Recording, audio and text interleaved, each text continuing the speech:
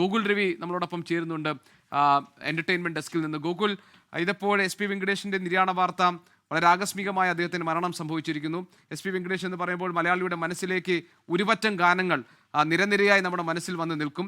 അദ്ദേഹം തമിഴകത്ത് നിന്ന് വന്നതാണെങ്കിൽ പോലും മലയാളിയുടെ സ്വന്തം സംഗീത സംവിധായകനായി SP വെങ്കടേഷ് മാറി. 4 പതിറ്റാണ്ടായി അദ്ദേഹം മലയാളത്തിന്റെ ഭാഗമായിട്ടും. എങ്ങനെ അനുസ്മരിക്കണം അദ്ദേഹത്തെ? തീർച്ചയായും ഗോപികൃഷ്ണൻ, ഏതാണ്ട് 80കളുടെ അവസാനം മുതൽ 2000-ന്റെ തുടക്കം വരെ മലയാള സിനിമയെ സംഗീത സമ്പന്നമാക്കിയ, പശ്ചാത്തല സംഗീതത്തിലായാലും ഗാനങ്ങളിലായാലും സംഗീത സാന്ദ്രമാക്കിയ ഒരു കലാകാരനാണ് വിടവാങ്ങുന്നത് SP വെങ്കടേഷ്.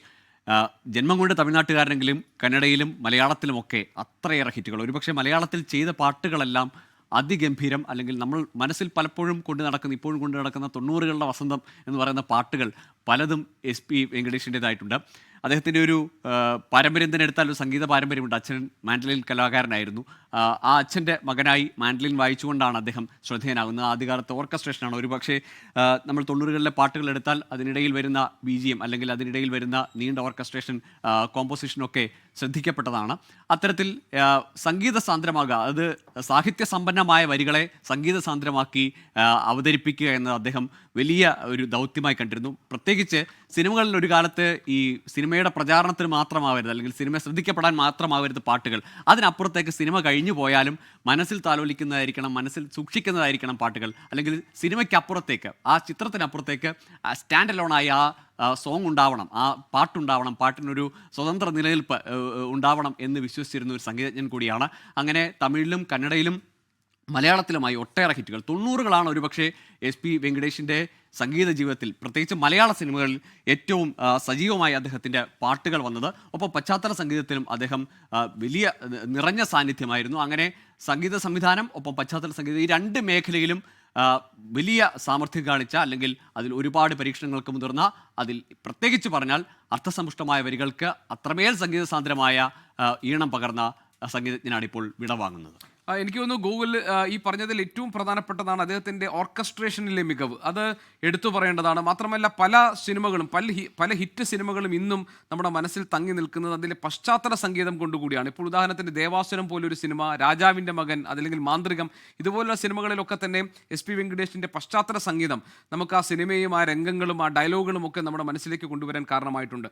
അപ്പോൾ എനിക്ക് തോന്നുന്നു ഒരു സംഗീത പാരമ്പര്യം SP വെങ്കടേഷിനുണ്ടായിരുന്നു. പിന്നെ ഏത് കാലം തൊട്ടാണ് ഗൂഗിൾ അദ്ദേഹം മലയാളത്തിൽ ശ്രദ്ധ കേന്ദ്രീകരിക്കുന്നത്? എനിക്ക് തോന്നുന്നു ഒരുപക്ഷെ അദ്ദേഹം മലയാളത്തിൻ്റെ ഭാഗമായി മാറാൻ തീരുമാനമെടുത്തതുപോലെയായിരുന്നു പിന്നീട് അങ്ങോട്ട്. പ്രത്യേകിച്ച് നേരത്തെ ഗൂഗിൾ സൂചിപ്പിച്ചതുപോലെ 90കളിൽ ഏറ്റവും സൂപ്പർ ഹിറ്റ് ഗാനങ്ങളും അതേപോലെ തന്നെ അന്നത്തെ സൂപ്പർ ഹിറ്റ് ചിത്രങ്ങൾക്ക് ബാക്ക്ഗ്രൗണ്ട് മ്യൂസിക്കും ഒക്കെ ഒരുക്കി വെങ്കടേഷ് നടത്തിയിട്ടുള്ള ഇടപെടലുകൾ അദ്ദേഹത്തിനെ ഒരു മലയാളിയാക്കി മാറ്റിയെന്ന് വേണമെങ്കിൽ പറയാം, അല്ലേ? തീർച്ചയായും.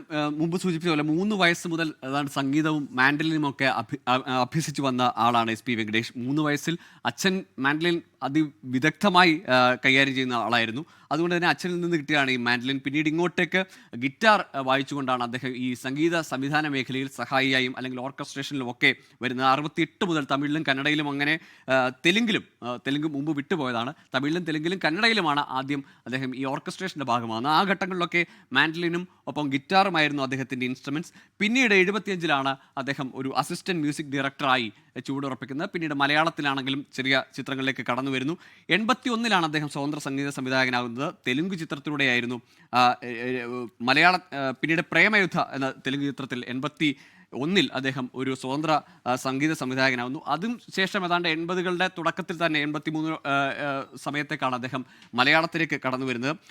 മലയാളത്തിൽ രാഘവൻ മാസ്റ്ററുടെ ഒപ്പമാണ് അദ്ദേഹം കാര്യമായി പ്രവർത്തിച്ചത്. മാൻഡലിൻ വായിച്ചും അസിസ്റ്റന്റ് മ്യൂസിക് ഡയറക്ടറൊക്കെയായി അദ്ദേഹം ആദ്യഘട്ടത്തിൽ തുടങ്ങുന്നത് അങ്ങനെയാണ്. രാഘവൻ മാസ്റ്റർക്കൊപ്പം തുടങ്ങുന്നത് മാൻഡലിൻ വായിച്ചും ഓർക്കസ്ട്രേഷനിൽ ഒപ്പം കൂടിയുമാണ്. പിന്നീട് TP ബാലഗോപാലൻ MAയിൽ AT ഉമ്മറിന്റെ അസിസ്റ്റന്റായി അദ്ദേഹം പശ്ചാത്തല സംഗീതം ഒരുക്കി. എനിക്ക് തോന്നുന്നു ആദ്യമായി അദ്ദേഹം ആ നിലയ്ക്ക് ശ്രദ്ധേയനാകുന്നത് TP ബാലഗോപാലൻ MA എന്ന സിനിമയിൽ. അത് വലിയ ഹിറ്റ് സിനിമയായിരുന്നു. അപ്പോൾ അവരിൽ AT ഉമ്മറിന്റെ അസിസ്റ്റന്റ് മ്യൂസിക് ഡയറക്ടറായിട്ടായിരുന്നു അദ്ദേഹം പശ്ചാത്തല സംഗീതത്തിലേക്ക് കടന്നു വരുന്നത്, അല്ലേ? ലോകത്തെവിടെയായാലും ഏത് സമയത്തും 24 വാർത്തകളും ഓഗ്മെന്റഡ് റിയാലിറ്റി പാക്കേജുകളും എക്സ്പ്ലെയിനറുകളും വിശദമായി കാണാൻ ഞങ്ങളുടെ YouTube ചാനൽ നിങ്ങൾക്ക് സബ്സ്ക്രൈബ് ചെയ്യാം.